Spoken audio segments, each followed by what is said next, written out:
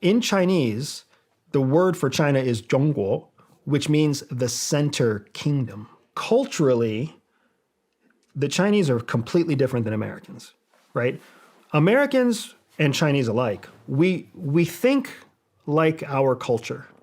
It doesn't matter whether you're gender specific, whether you're gender neutral, whether you're old, young, educated, uneducated, doesn't matter the color of your skin. Americans think like Americans. We think through a lens of capitalism and opportunity and equality and fairness and freedom. We all think through that. We just might disagree on exactly what it looks like. Chinese people also all think through a Chinese lens. And part of that Chinese lens is a 5,000-year history of being Chinese. A big part of that lens is bringing honor to your family name.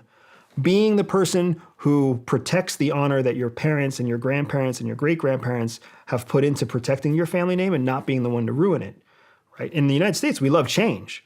I love the fact that I am changing the future of my last name. That's not the same to a Chinese person.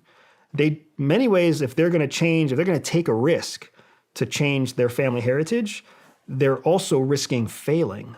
And if they fail their endeavor, it's going to bring dishonor to their family name. So they're a completely different mindset than Americans, right? Another part of that Chinese lens is this idea that China, in Chinese, the word for China is Zhongguo, which means the center kingdom.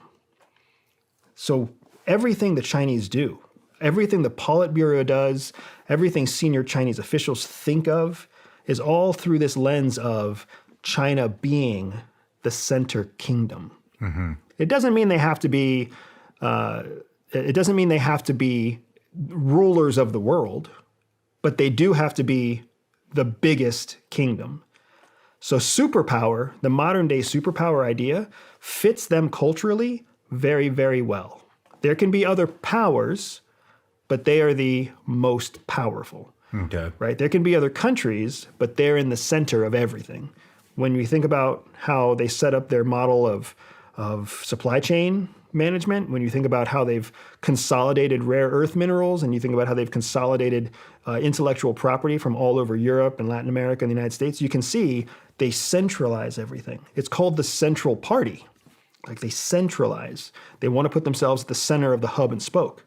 That's very different than the United States, right? We want to be the thing that breaks the wheel.